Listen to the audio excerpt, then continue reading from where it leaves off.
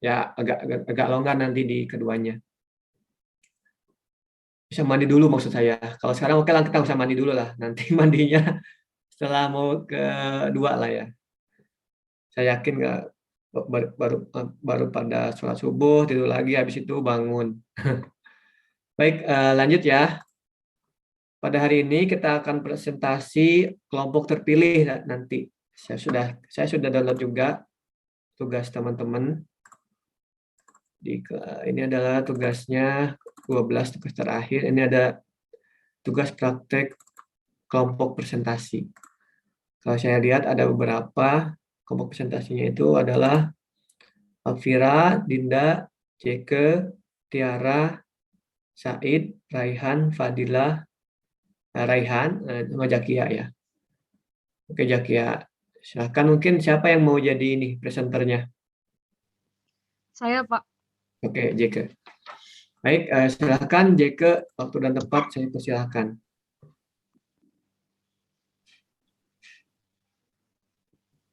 Selamat pagi Pak Ervin dan teman-teman. Saya di sini Elvina Zega Natasha Dianti akan menjadi moderator pada presentasi pagi hari ini. Pagi hari ini kelompok kami akan menjelaskan tentang case assignment. Oke, next Tiara.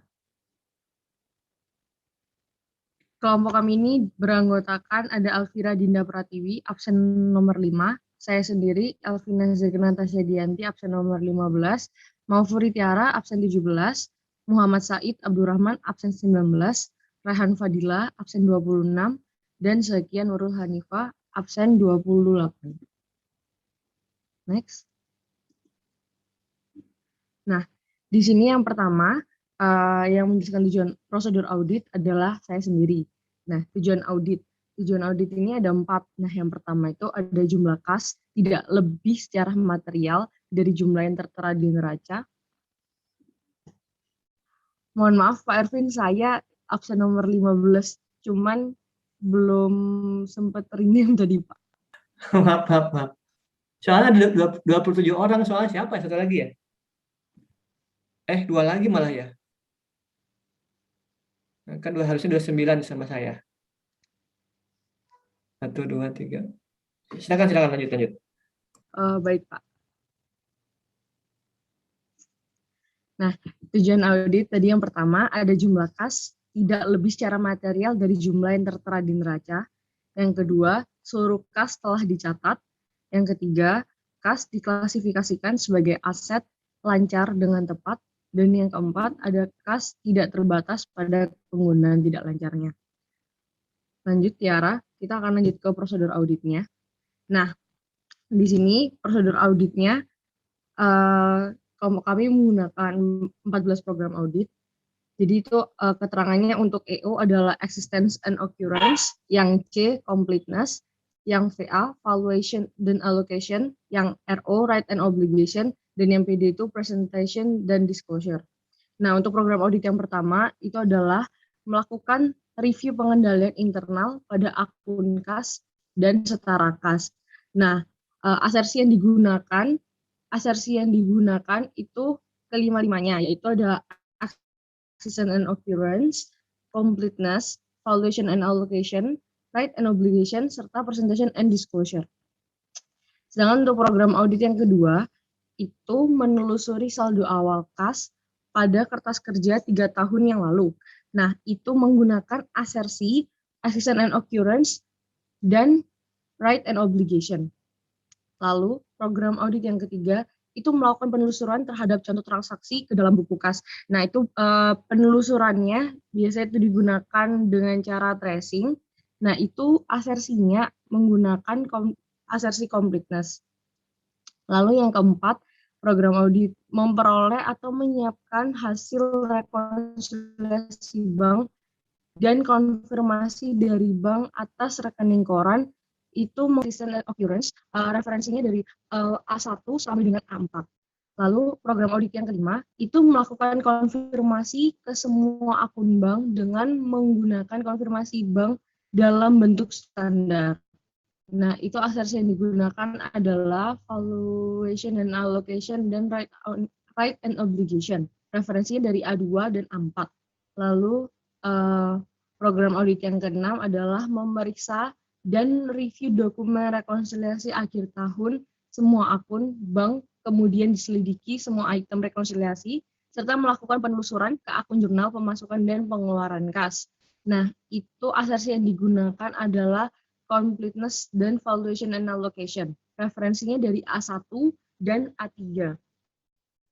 Lalu program audit yang ketujuh adalah menguji cek yang telah dibayar dengan rekening koran dan melakukan tracing pada jurnal pemasukan dan pengeluaran kas dan juga rekening koran. Itu asas yang digunakan adalah completeness dan valuation and allocation juga. Lalu untuk program audit yang ke-8 itu adalah melakukan cek mendadak dan penghitungan fisik petty cash fund. Itu asas yang digunakan adalah existence and occurrence serta completeness. Lalu untuk program audit yang ke-9 adalah membandingkan atau vouching antara saldo petty cash di buku besar dengan hasil perhitungan fisik. Nah, asas yang digunakan adalah existence and occurrence serta valuation, serta right and obligation. Lalu untuk program audit yang ke-10 itu adalah melakukan footing terhadap hasil rekonsiliasi dan asas yang digunakan adalah valuation and allocation. Lalu untuk program audit yang ke-11 menghitung semua kas yang ada di tangan dan lakukan penelusuran ke akun yang sesuai. Penghitungan kas harus terkoordinasi dengan cara menginspeksi semua unsur yang saling berhubungan. Nah, program audit yang ke-11 ini menggunakan asersi completeness dan valuation and allocation, referensinya dari A6 dan A7.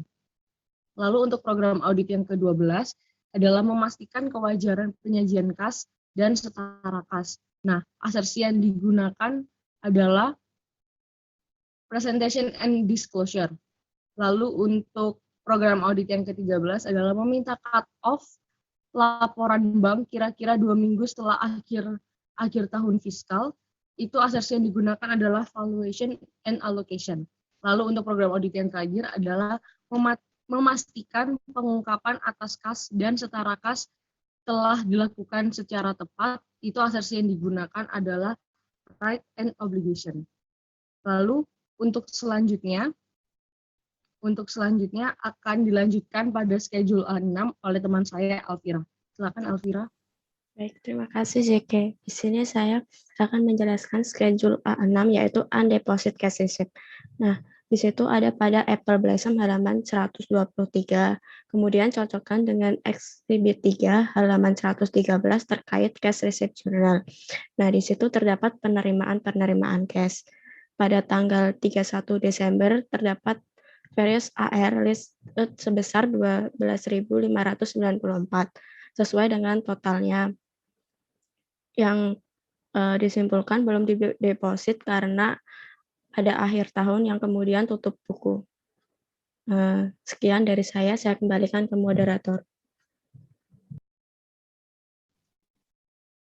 Baik, untuk schedule selanjutnya adalah schedule A1 yang akan dipresentasikan oleh Zakia. Silakan Zakia. Baik, terima kasih. Selanjutnya saya akan mempresentasikan schedule A1. Di sini schedule A1 berisi tentang bank rekonsiliasi dari Big City National Bank. Seperti yang sudah kita ketahui, bank rekonsiliasi itu tujuannya untuk mencocokkan nilai kas yang dicatat oleh perusahaan dengan nilai kas yang dicatat oleh bank.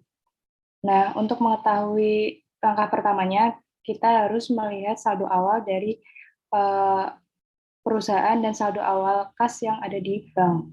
Nah, di sini saldo awal pada buku perusahaan itu senilai 846.541. Hasil ini didapatkan dari rekonsiliasi bank yang telah dibuat oleh perusahaan yang menunjukkan hasilnya sekian. Lalu untuk yang saldo awal dari bank itu ditemukan hasilnya 816.660. Hasil ini telah ditelusuri dari surat surat konfirmasi saldo bank yang telah kami sebagai auditor telah kami kirimkan ke bank pada schedule A2. Bisa dilihat schedule A2 selanjutnya. Nah, di sini adalah surat konfirmasi yang kami kirimkan kepada bank. Nah, di situ ada nilai 816.660. Ini adalah saldo awal dari kas yang ada di Bank Big City Nasional. Kembali ke schedule A1. Schedule A1. Nah, ya. Nah, selanjutnya ternyata setelah kita bandingkan saldo kas yang ada di buku dan saldo kas yang ada di bank itu masih memiliki selisih. Untuk itu kita harus cari tahu selisihnya itu karena apa saja. Di sini kami mendapatkan jawabannya yaitu terdapat deposit in transit dan outstanding check. Untuk deposit in transit ini kita harus menambahkannya ke saldo awal. Karena apa? Karena ternyata terdapat 2 deposit yaitu tanggal 29 Desember dan tanggal 31 Desember yang nilainya 45.987 dan 12.594. Ini deposit ini sudah dicatat oleh perusahaan, bisa dilihat di exhibit slide selanjutnya.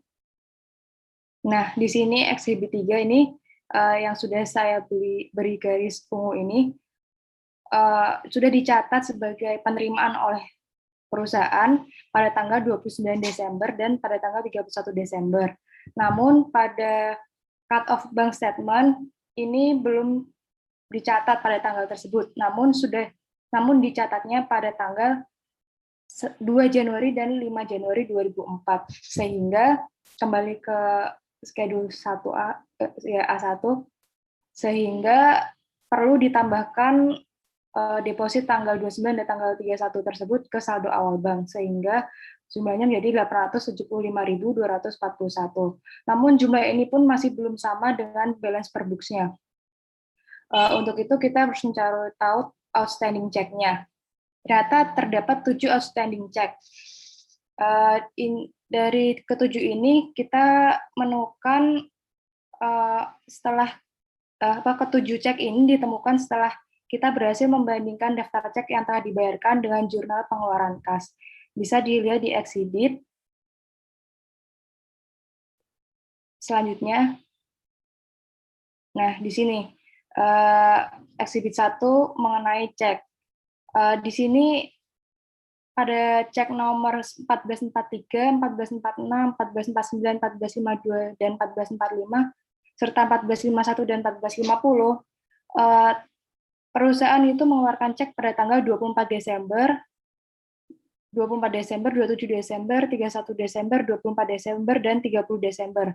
Namun, pada kenyataannya, belum dicairkan cek tersebut, sehingga bank itu baru mengeluarkan ceknya, menyetujui ceknya itu pada tanggal 2 Januari 2004, dan ada yang tanggal 5 Januari, dan ada yang tanggal 6 Januari dan 7 Januari. Sehingga cek tersebut masih masuk ke dalam outstanding check. Kembali ke schedule 1A, A1. Nah, sehingga karena belum dicatat, karena sudah terlanjur, karena cek tersebut baru dicatat tanggal Januari di tahun 2004, maka harus dikurangi dari saldo rekening bank. Sehingga total saldo cek yang harus dikurangi yaitu berjumlah 38.700. Nah, dari 875.241 dikurangi 38.700 itu menghasilkan saldo senilai 836.541. Ternyata ini masih berbeda dengan balance per books-nya. Nah, di sini kita harus melihat ke bukunya. Coba kita ke exhibit. Ternyata terdapat error 10.000 exhibit yang yang ini ya, benar. Exhibit 3 bisa dilihat. Ternyata di sini ada yang 10.000 ini yang di bawahnya 45.000. Ini 10.000 ini ternyata perusahaan itu menjurnalnya cash di debit Second National Bank ke kreditnya yaitu other atau miscellaneous income sebesar 10.000. Padahal transaksi di sini ialah transaksi transfer antara Second National Bank ke Big City National Bank. Nah, untuk itu kembali ke schedule A1. Untuk itu perusahaan terjadi salah pencatatan atau error, sehingga harus dilakukan penyesuaian. Penyesuaiannya yaitu membuat jurnal miscellaneous income pada cash Big City Nasional. Ini adalah reclass dari miscellaneous income yang telah dicatat sebelumnya, kemudian harus dihapuskan sehingga berada di debit dan cash-nya berada di kredit untuk Big City Nasional senilai 10.000. Sekian penjelasan untuk schedule A1, selanjutnya akan dijelaskan teman saya. Terima kasih.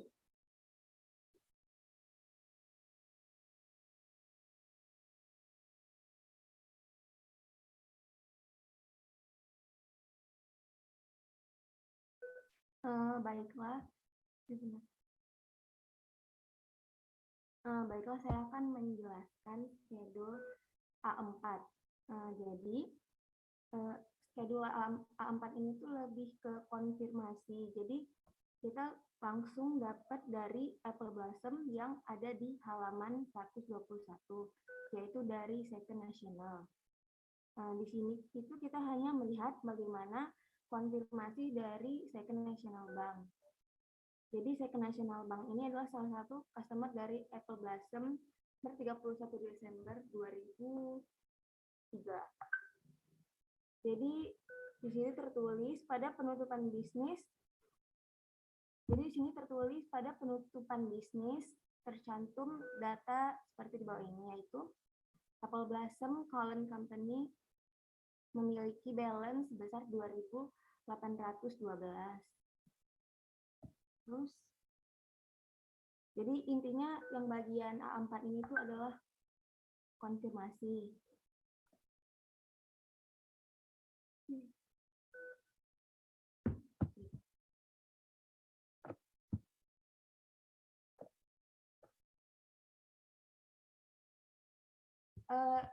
Suaranya kurang kedengeran ya? Kedengeran sudah, nggak apa-apa. Biar diulangin lagi Pak kalau misalnya kecil. Iya, kedengeran.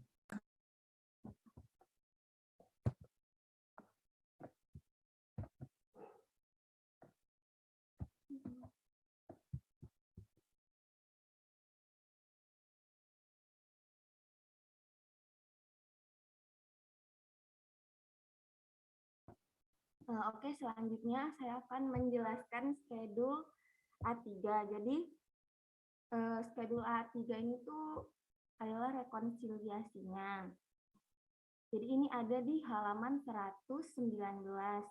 Di sini terlihat balance per banknya itu sudah sesuai dengan bank statement-nya.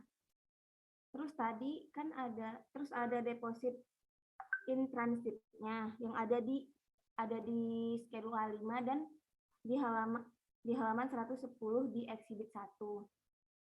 Tadi kan ada transfer antar bank cuma baru sampai di 1 Januari. Jadi yang ini deposit in transit ini itu dari exhibit 1 di halaman 110. Terus di exhibit 4 ada Bert, Bruce, Susan, sama Raymond. Di sini itu mereka ini masih outstanding. Dan dari catatan Apple Blossom memang dikeluarkan pada tanggal 26 Desember. Di sini permasalahannya itu apakah udah ditarik apa belum. Jadi kita akan ngecek cut off di Second National Bank sebagai rekonsiliasi di halaman 111 exhibit 2. Tadi total nilai semuanya yang masih outstanding itu sebesar 1844 di exhibit 2. pokoknya yang di exhibit nggak bisa pokoknya yang di exhibit 2 itu tadi total outstandingnya itu 1844. Setelah tanggal 31 ternyata ada cek sebesar 1.844 dan jumlahnya sama dengan yang ada di sini, yang ada di A3 ini, sama kan. Terus berarti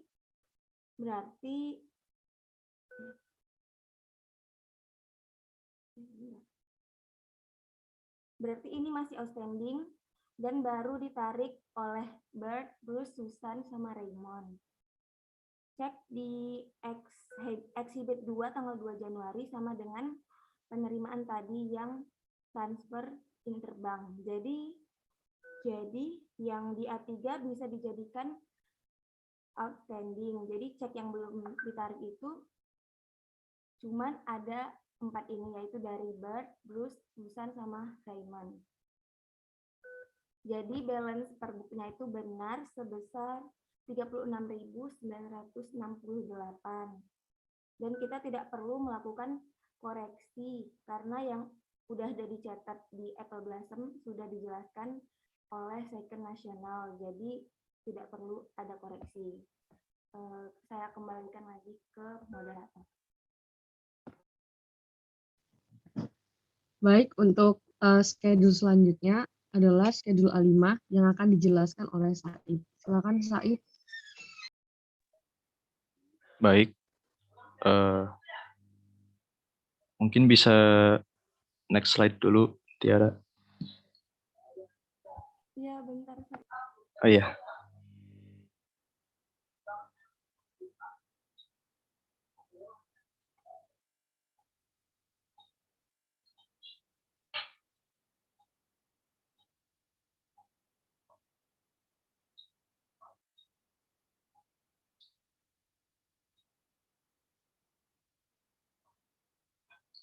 Ya, jadi di schedule A5 ini judulnya kan Schedule of Interbank Transfers atau schedule untuk transfer kas antar bank.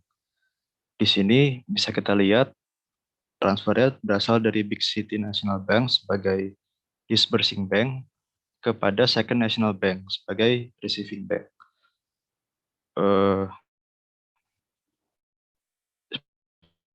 Seperti yang sudah kita ketahui ya tadi cek number kan untuk transfer ke Second National Bank itu 1.451 dan 1.452. Untuk jumlahnya mungkin bisa lihat ke exhibit tadi, slide exhibit.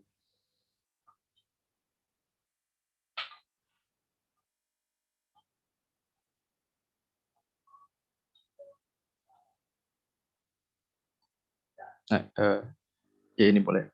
Di exhibit 1 ini kita lihat di check number 1451 ada transfer kepada Second National Bank senilai 10.000 dan yang 1452 senilai 26.000. Nah, ini di sini juga ada date of check dan cleared bank. Untuk date of check ini berarti tanggal pencatatan cek oleh perusahaan dan untuk cleared banknya pencatatan oleh bank. Makanya tadi untuk date of check ini tanggal 12 Desember ini kita masukkan ke kolom date per books. Sedangkan untuk yang kolom cleared bank tadi dimasukkan ke kolom apa tadi? Date per bank. Nah, boleh kembali ke schedule A5.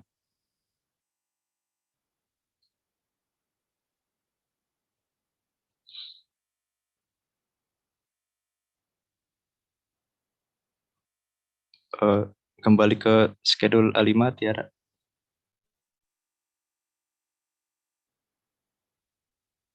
Nah, di kolom deposited in receiving bank-nya, date per books-nya sama seperti yang di disbursing bank karena ini berdasarkan pencatatan perusahaan. Untuk date per bank-nya, ini 2 Januari kita dapat di exhibit 2. Bisa teman-teman lihat di halaman 111. Di situ dinyatakan bahwa Second National Bank mencatat transfer senilai 10.000 dan 26.000 pada tanggal 2 Januari tahun 2004. Makanya di sini kita catat 2 Januari di kolom date per bank. Mungkin sekian dari saya kembalikan ke moderator. Terima kasih. Baik, terima kasih Said. Nah, untuk schedule selanjutnya adalah schedule A7 yang akan dijelaskan oleh teman saya Alvira. Silakan Alvira.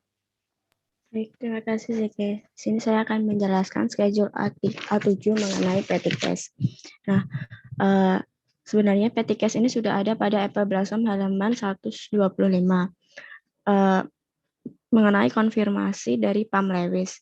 Nah, di situ ada currency atau nilai mata uang sebesar 20 lembar dengan nilai 3, terus 10 lembar, 5 lembar, dan 1 lembar dengan total 278. Kemudian ada coins, yaitu half, quarters, dimes, nickels, dan pennies. Nah, untuk half ini dikalikan dengan 0,5, quarters 0,25, dimes 0,1, dan nickels 0,05, dan pennies 0,01. Sehingga totalnya adalah 18. Untuk checks tidak ada. Kemudian ada petty cash voucher di LabKew Apple Blossom halaman 261 untuk balance per book 31 Desember 2003 nilai petty cash sebesar 500. Dan untuk petty cash voucher itu dibagi ke Barker, US, dan Bertram, yaitu 82, 55, dan 67 yang totalnya 204. Nah, koreksi sebesar 204 itu dilakukan karena adanya reimburse sehingga seharusnya nilai petty cash tidak mencakup voucher-voucher petty cash. Nah, pada kertas kerja audit 2002 juga terdapat petty cash yang sama, yaitu pencatatan reimburse pada cash disbursement yang terdapat pada Apple Blossom halaman 289. Untuk itu bisa dilihat pada exhibit 4 Cash Disbursement Journal yang dilihat pada akun-akun petty cash, Barker, US, dan Bertram yang tidak tercatat pada Cash Disbursement Journal, sehingga dapat disimpulkan bahwa Apple Blossom ini menggunakan fluctuating system karena seluruh pembayaran petty cash akan dicatat dengan mengkredit petty cash, sehingga jurnal penyesuaiannya yaitu miscellaneous expense pada petty cash sebesar 204. Sekian dari saya kembalikan ke moderator. Baik, terima kasih Alvira. Selanjutnya untuk yang terakhir adalah lead schedule yang akan dijelaskan oleh Rehan. Silakan Rehan. Baik, terima kasih. Setelah menyelesaikan bagian A1 hingga A7 tadi, kita simpulkan hasilnya pada schedule utama. Yang pertama, untuk cash Big City National Bank terdapat reklasifikasi sebesar $10.000 yang berasal dari adjustment journal entry pada bagian A1, yaitu miscellaneous income pada cash Big City National Bank sebesar $10.000, sehingga saldo per audit pada 31 Desember 2003 adalah sebesar 836.541. Kemudian yang kedua, cash second National Bank.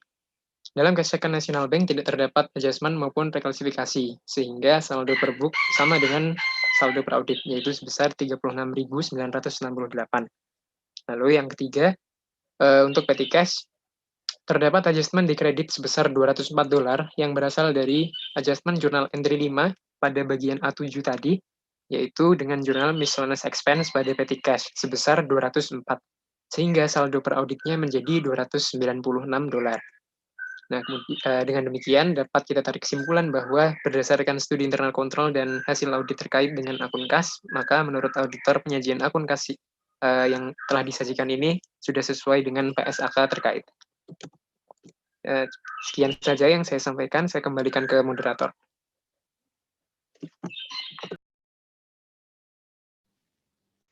Sekian presentasi dari kami. Apakah ada yang mau bertanya? Zeke, izin bertanya. Silakan Fatin. Baik, sebelumnya izin memperkenalkan diri, saya Fatin dari kelompok 2, izin bertanya kepada kelompok pemateri. Tadi kan dijelaskan di program auditnya ada pengecekan saldo awal tahun menggunakan pengecekan saldo kas menggunakan kertas kerja 3 tahun yang lalu dengan tujuan audit existence dan occurrence EO. Nah, kenapa menggunakan kertas kerja 3 tahun yang lalu? Kenapa nggak menggunakan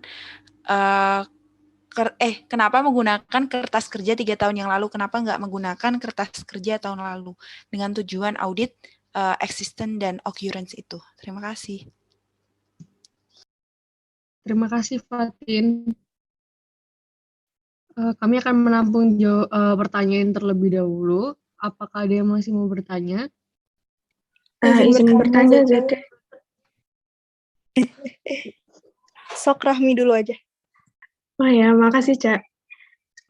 Izin memperkenalkan diri juga. Jadi saya Nurbaiti Rahmi dari kelompok 2. Izin bertanya, kas itu kan resiko bawaannya cukup tinggi. Nah, menurut kalian, internal control yang ada di Apple Blossom ini tuh apakah udah cukup baik atau belum? Lalu, berdasarkan yang saya baca di di questionnaire bagian cash disbursement yang ada di buku itu, nah di situ kan terdapat kayak kekurangan di mana untuk question yang nomor 1, 2, dan juga 8 itu masih ada sedikit kekurangan di mana tidak ada pemisahan tugas dan juga kontrol terhadap ceknya itu kurang. Lalu kira-kira prosedur audit yang sebaiknya dilakukan itu seperti apa? Terima kasih.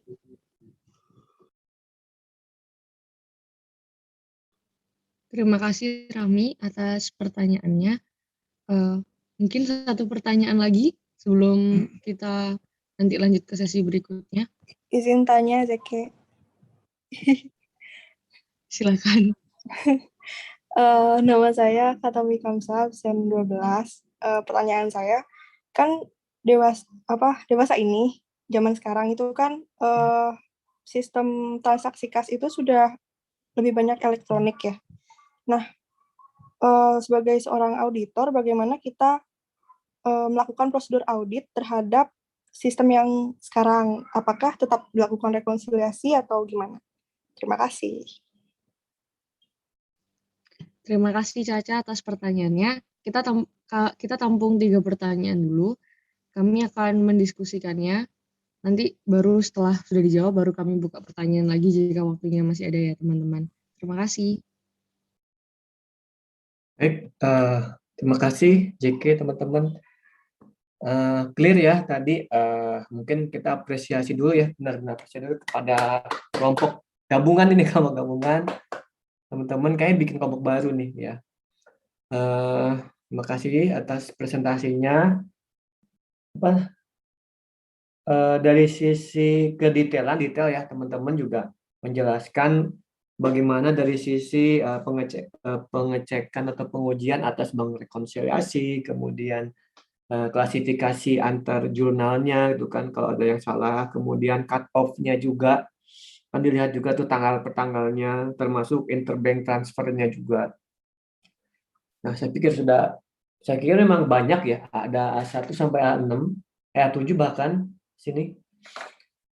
Tapi teman-teman sudah bisa ngecek, ada beberapa yang memang dari bank rekonsiliasi kan itu memang nggak ada tuh, karena memang udah benar. Cuma beberapa yang masih belum sesuai dari sisi jurnal ataupun yang lainnya.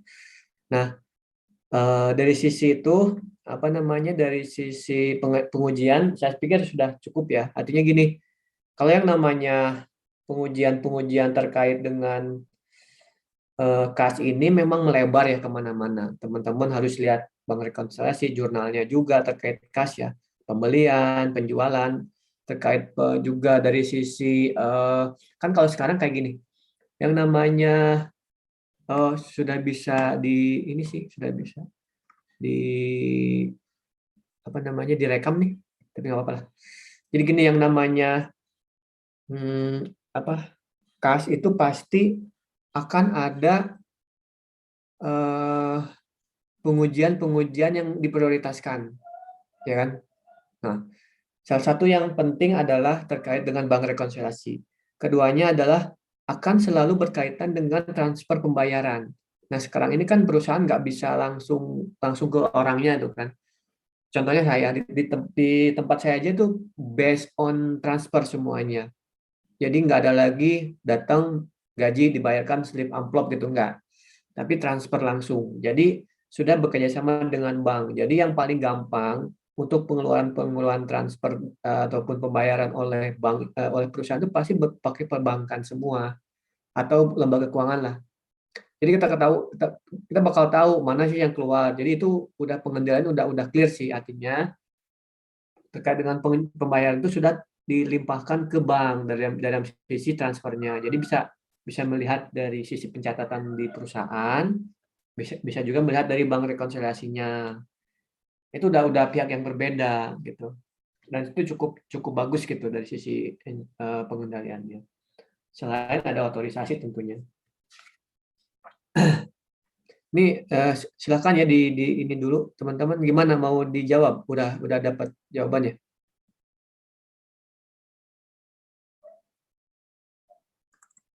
Belum ya?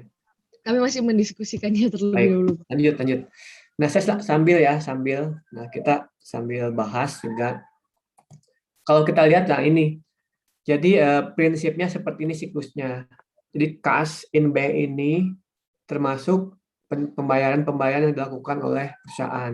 Semuanya based on bank, transfer dan lain sebagainya. Kita hanya mengotorisasikan mereka yang eksekusi.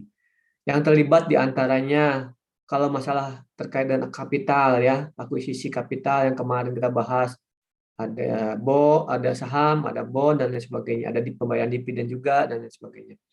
Kemudian dari sisi penjualan pembelian, ini juga ada. Ini penjualan nih, kalau kita jual pasti ada cash receipt, kita masukkan ke cash. Kita juga bayar juga diskon, kita kasih, kita bayar. Kemudian terkait dengan pembelian juga sama, pembelian bahan baku, pembelian aset dan lain sebagainya. Termasuk penggajian juga ya, penggajian, bayar pajak juga sama. Seperti itu. Kalau ini kan kita udah ada bahas tadi juga ada kas umum yang general lewat bank juga, ada petty cash, ada yang dan lain sebagainya. Ini kita iniin. Nah, mungkin termasuk yang paling salah saji itu adalah terkait gagal menagih ke konsumen juga ya. Jadi memang sangat berkaitan dengan kas ya. Kalau kita gagal nagih, piutang tak tertagih, masukkan kas. Kas artinya berkurang kasnya. Kemudian ada duplikasi pembayaran vendor juga sama. Jadi kebetulan nggak sampai ke sana ya tadi. Nah, rekonsiliasi bank ini tadi kalau terkait dengan cut off. Jadi kadang-kadang yang bermasalah itu pada saat deposit in transitnya itu ya, ataupun yang belum ada kesalahan dari sisi pencatatan banknya. Mana yang benar. Nah, ketika ini terjadi, yang paling benar adalah kita kembali lagi ya, eksternal akan lebih benar dibanding internal. Ya, itu aja sih prinsipnya. Data-data eksternal kita dari sisi tingkat keandalan lebih andal kan, kita pakai itu. Termasuk yang cut off di akhir tahun ataupun akhir periode pembayaran bulanan kan, pasti ada bulanan tuh, ada cut off-nya tuh. Kayak misalkan kita nih, yang namanya pegawai itu pasti di cut off tanggal 25. Prosesnya kan kayak gitu. Nah, proses pembayarannya bisa akhir bulan. Akhir bulan ini bisa pada saat tanggal 30 atau tanggal 31 atau pada tanggal 1 atau tanggal 2, apalagi Sabtu Minggu libur kan. Itu pasti agak sedikit terlambat. Atau kecepatan kan kayak gitu. Sudah lagi.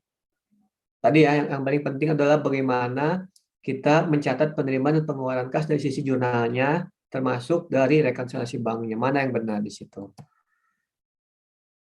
Kalau internal control tadi, mana sih internal control yang baik tuh? Ya, tadi kita ada otorisasinya jelas. Siapa yang harus mengeluarkan kas, siapa yang harus menghitung, siapa yang harus menyetujui, dan siapa juga yang menggunakan klasifikasi kasnya. Kas yang untuk yang umum digunakan untuk transaksi jual beli, kas yang hanya untuk pembayaran petty cash kecil itu ya, kayak jamuan dan sebagainya yang segera gitu, nggak kan butuh cepat gitu, makanya harus ada petty cash. Jadi tidak ada jadi di istilah gini, kita punya cadangan kas di rumah. Kan teman-teman kayak gini. Kan sekarang masalahnya teman-teman pasti ada nyimpen kas kan di rumah. Nah, kas di rumah ini pasti akan melihat juga kebutuhan yang segera gitu kan. Ada buat makan, buat jajan dan sebagainya. Itu pasti akan ada. Misalkan tiap harinya itu di stok ada 200.000 atau 300.000 kan kayak gitu. Nah, nanti itu akan selalu ada seperti itu. Karena kan kita butuh cepat. Nggak mungkin kita taruh di bank semua kan. Nah, seperti itu. Dan kontrol lagi yang yang paling benar adalah ketika nerima kas pasti di store dan di store semuanya dalam paling lambat 1 hari. Jangan lambat, karena kalau udah lambat udah orang-orang aduh ada uang nganggur kan dipakai gitu. Nah, ini bank rekonsiliasi teman-teman sudah dilihat ya teman-teman, mana yang salahnya, mana yang kekurangan, ternyata memang masih clear ya, dua-duanya sama. Ya, tadi cut off ya, ini kalau penting terkait akurasi juga penting karena memang di kas ya, mau nggak mau kita harus melihat akurasinya juga. Bank konfirmasi, oke. Tadi sudah, ini sudah penting. Yang paling penting ini tadi ya, karena memang sekarang ini based on banking, semuanya udah berbasis bank. Nah, ini kalau kecurangan ya, tapi kita nggak akan bahas ini kan di sini memang belum ada. Tapi intinya gini, kalau memang ada kecurangan, banyak yang akan di prosedur yang dipakai nih. Pertama, konfirmasi ke masing-masing piutang kalau ada hutang dagang, kemudian konfirmasi pengujian terkait dengan kas di kasir, kayak gitu kan.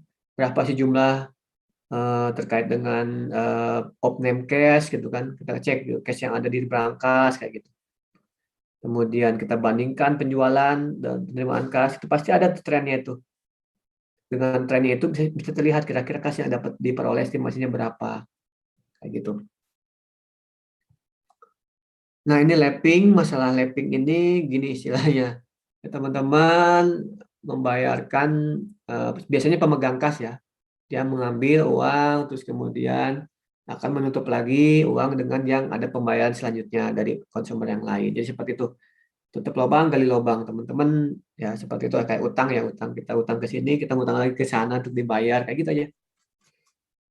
Tidak akan pernah berhenti karena terus berputar ya. Kecuali kita bayar sampai titik gitu. Di titik kita bayar dulu ini baru di ini. Ini juga sama window dressing teman-teman, yang namanya transaksi biar bagus laporan keuangannya, kita kasnya dianggap ada padahal sebenarnya nggak ada gitu. Nah, ini kalau teman-teman ada nih, misalkan cek lah, kamu lihat dari bagaimana rekonsiliasi banknya. Ini merupakan prosedur-prosedurnya, silakan.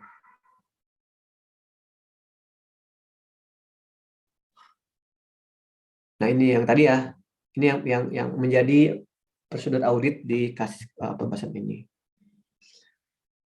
Ini juga sama. Nah, tadi antar bank kan berarti kan kita akan rekonsiliasi, kemudian pengujian transfer antar banknya benar nggak? Kadang-kadang nggak sesuai nih banknya juga gitu kan. Termasuk dengan impress payroll audit ini apakah dilakukan oleh Perbasam? Kita lihat. Kemarin ada tadi terlihat saya beberapa juga masuk ya, deposit cash receipt juga ada di Bank City Nasional juga kok beda gitu kan isinya. Kayak gitu. Jadi secara umum tadi sudah dijelaskan dari sisi contohnya ya, kalau dari sisi materinya sudah clear. Sekian kalau dari saya. Silakan saya kembalikan ke JK. Saya pikir udah ini ya, ada waktu lah. Baik Pak, terima kasih Pak atas penjelasannya tadi. Ini teman-teman sudah mau menjawab Pak. Silakan. Silakan teman-teman. Baik, saya akan coba jawab pertanyaan dari Caca ya. Seperti yang sudah disebutkan Caca tadi kan, sistem perbankan kita udah sangat canggih. Dan tadi juga sempat disinggung oleh Pak Ervin, bahwa sekarang tuh sudah sangat jarang penggunaan cek atau ya sebagainya gitu. Kita benar-benar hampir semuanya diserahkan kepada bank. Kita cuma mengurus otorisasinya saja. Cuman walaupun sistemnya sudah secanggih apapun, menurut kelompok kami sebagai auditor kita tetap harus melakukan rekonsiliasi bank. Kenapa? Karena tujuan utama rekonsiliasi bank itu kan memastikan bahwa pencatatan klien sudah sesuai dengan bank. Jadi bisa dikatakan rekonsiliasi ini untuk menambah keyakinan saat menguji akun kas dari klien. Misalkan di perusahaan itu ada pencatat, seperti misalkan contoh yang tadi itu, ada pengujian transaksi terkait cut off. Bisa tolong ke itu enggak, slide exhibit Tiara. Ini kita pakai contoh yang dari soal tadi aja ya.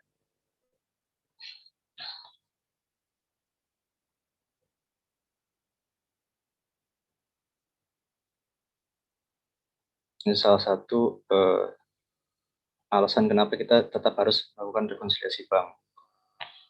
Ini di exhibit yang satunya kayaknya.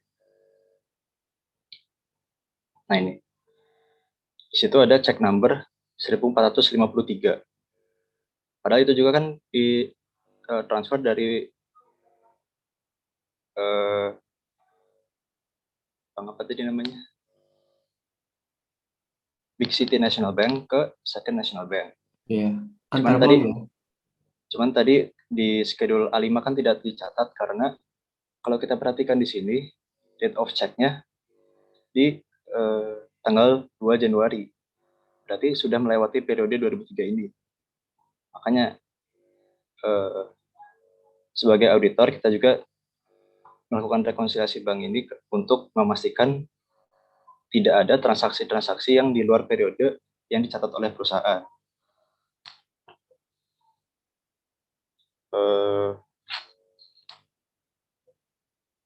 Terus itu aja. Terima kasih. Mungkin dari Pak Ervin ada tambahan, Pak. Baik, makasih Mas Said. Jadi betul Mas Said. Sebenarnya yang disampaikan Mas itu udah benar. Artinya kita lihat kasusnya ini.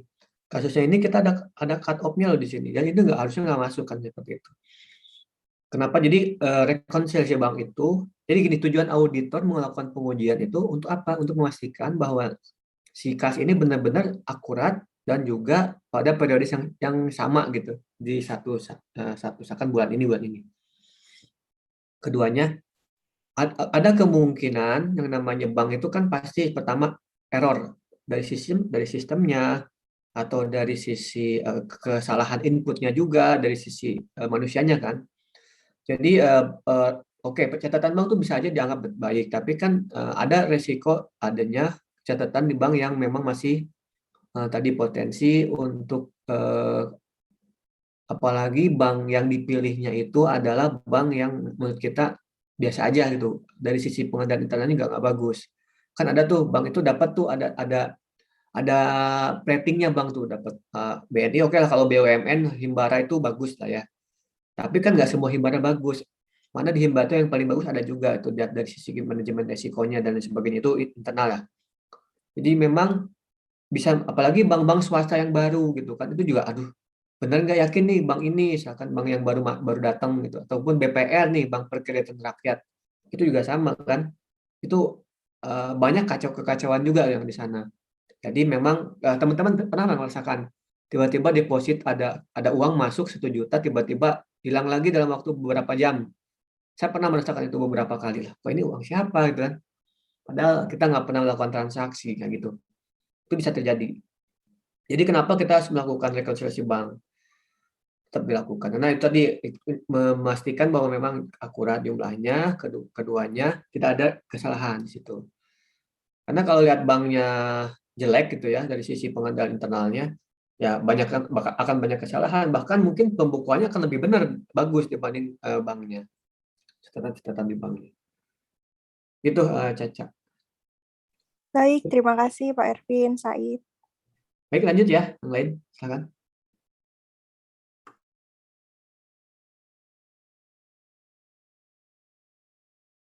Baik, selanjutnya saya akan menjawab pertanyaan dari Rahmi. Tadi kan tanya untuk apakah internal control Apple Blossom udah cukup baik. Nah, menurut kelompok kami belum, karena tidak ada pemisahan tugas yang tepat, baik di cash receipt atau kasir dapat akses ke akun receivable, yang seharusnya petugas pengelola pencatatan akun receivable saja yang bisa akses, maupun cash disbursement, atau controller yang menyetujui dan menandatangani cek. Controller juga yang menandatangani cek dan memposting pencatatan ke buku besar. Seharusnya ada pemisahan tugas yang tepat. Nah, untuk prosedur audit, ada beberapa prosedur audit terkait pengeluaran kas setelah mereview internal control klien, yaitu yang pertama, meminta konfirmasi ke bank atau bisa minta dokumen-dokumen pendukung terkait cut off bank statement dan daftar rincian pembayaran cek, kemudian keduanya dibandingkan. Yang kedua, melakukan surprise check atau pemeriksaan dan penghitungan kas secara mendadak. Untuk prosedur audit tambahan lain, selain menambah bukti audit, yaitu melakukan, pertama, membandingkan detail ayat jurnal pengeluaran kas dengan detail penerbitan cek. Yang kedua, mereview ayat jurnal buku besar umum dalam akun kas untuk pos-pos tidak biasa. Contoh, pos luar biasa, biaya restrukturisasi, operasi dalam penghentian, dan penurunan nilai aset tetap.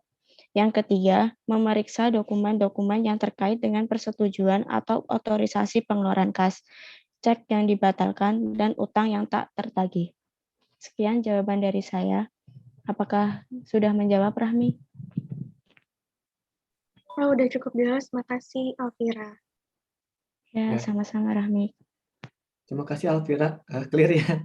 Alvira udah bisa lihat itu dari sisi internal kontrolnya memang masih belum bagus karena tadi pemisahan kontrol itu penting ya, untuk cash ini paling penting itu.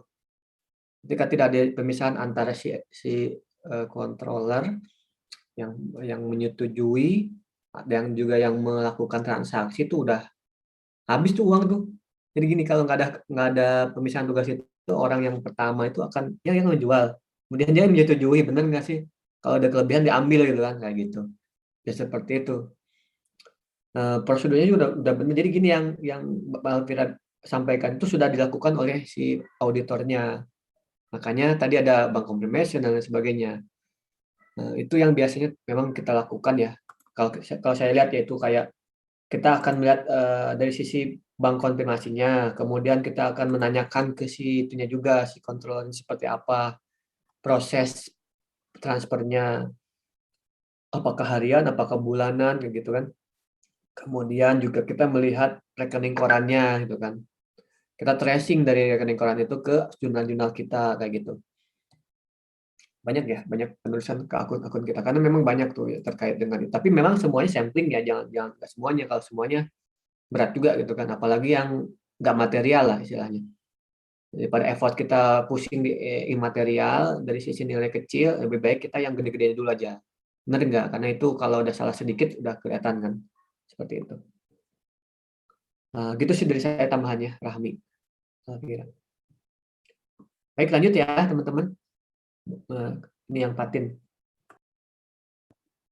Baik Pak, saya akan menjawab pertanyaan Fatin tentang program audit yang dipaparkan tadi ada buat ngecek kakak 3 tahun kemarin dengan tujuan audit EO. Alasan kenapa pakai 3 tahun, kan di situ buat ngecek assistant accurate, kenapa tidak memakai tahun lalu. Jadi sebenarnya di kelompok kami ada tipe menulis, jadi seharusnya 3 tahun ini tuh 1 tahun.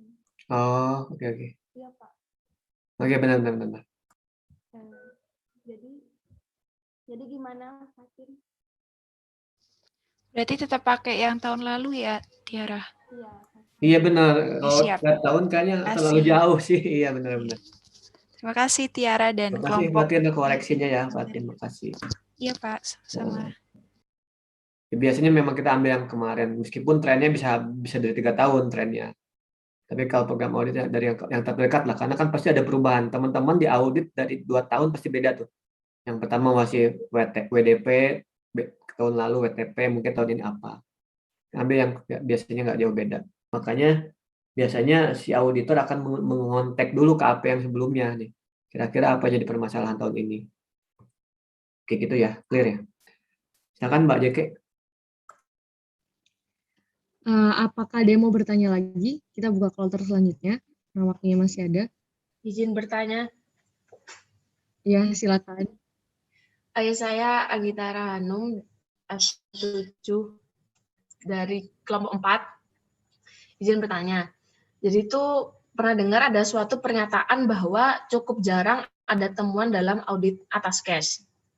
Nah, terkait pernyataan itu, dalam praktik realnya, sebenarnya temuan atau salah saji seperti apa sih yang biasa gitu atau sering ditemukan dalam pemeriksaan cash saat ini, terutama dalam pandemi kayak gini. Makasih. Terima kasih Anggi atas pertanyaannya.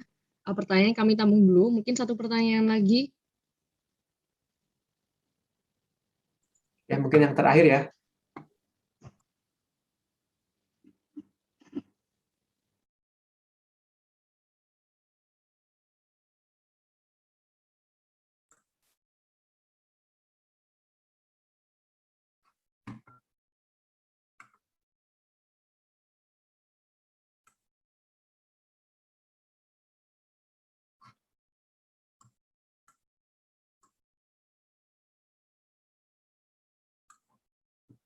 Atau apa? Mungkin pertanyaan terakhir dari tadi ya Mbak Anggitara ya.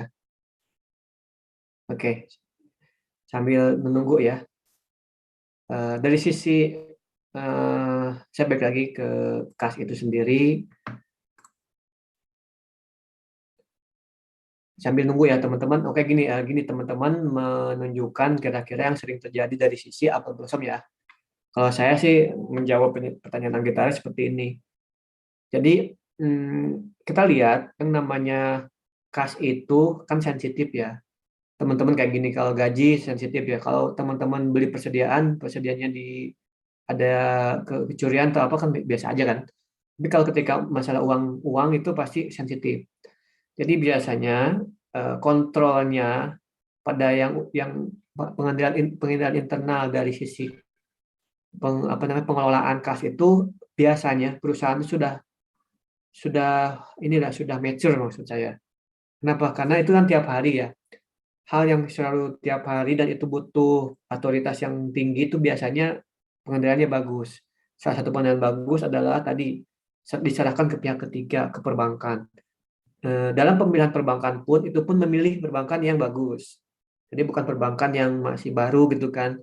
Ataupun dari sisi nama kayak ini nggak kenal gitu kan perbankan kayak gini. Itu satu.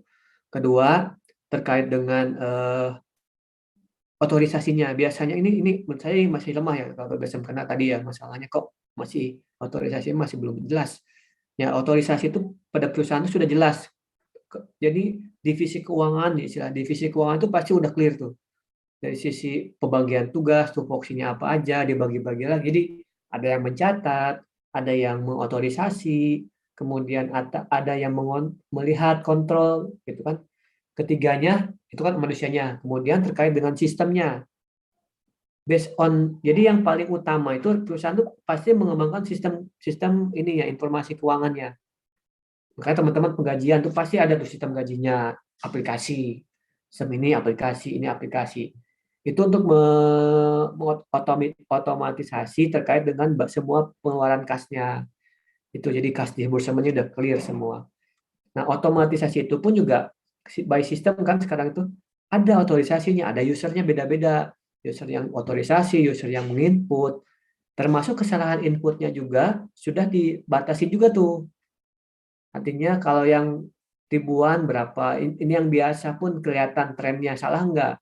Harus angka semua gitu kan, jangan ada huruf kayak gitu. Dari sisi itu juga udah dibatasi di sisi input kontrolnya gitu di istilahnya itu. Kemudian apalagi output kontrolnya. Akan terlihat juga kalau yang misalkan dibatasi berapa jumlahnya yang boleh diperbolehkan. Kalau melebihi itu nggak bisa masuk atau nggak bisa keluar gitu kan kayak gitu. Jadi dari sisi itu pengeluaran itu cuman yang masalah adalah input dari jurnalnya itu. Ada perbedaan bank rekonsiliasi tadi. yang dimasukkan ke bank, yang disetorkan ke bank, sama yang dicatat di buku. Nah, itu yang biasanya masalah terjadi, sering terjadi itu kesalahan pencatatan sama kesalahan store. Yang manusia juga kan, manusia. Kalau sistem biasanya sudah diketok gitu. Dari masuk, sudah masuk keluar, outputnya apa kelihatan. Kemudian terkait cut off juga nih ya, tadi deposit in transit itu yang masalah tuh. Karena akan mempengaruhi bulan ini sama bulan depan kayak gitu ya. Itu terlihat ya. Jadi masalah kontrol, masalah kesalahan manusianya sih. Kalau dari saya, nah kan mungkin kelompok ini kelompok presentasi silahkan menjawab tambahannya lah. Sekarang nambahin yang dari kelompok presentasi silakan. Baik, terima kasih Pak Ervin. Ya, Mbak Anggi. Tara. Jawab dulu dong kelompok ini, jawab dulu apa-apa. Tambahin apa kayak.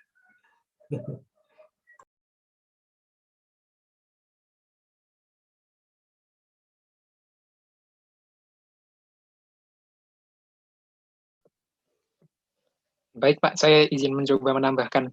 Ya, terutama yang dari Apple Blossom-nya ya, Mas Raihan, silakan. Oh ya Pak. Sebentar Pak.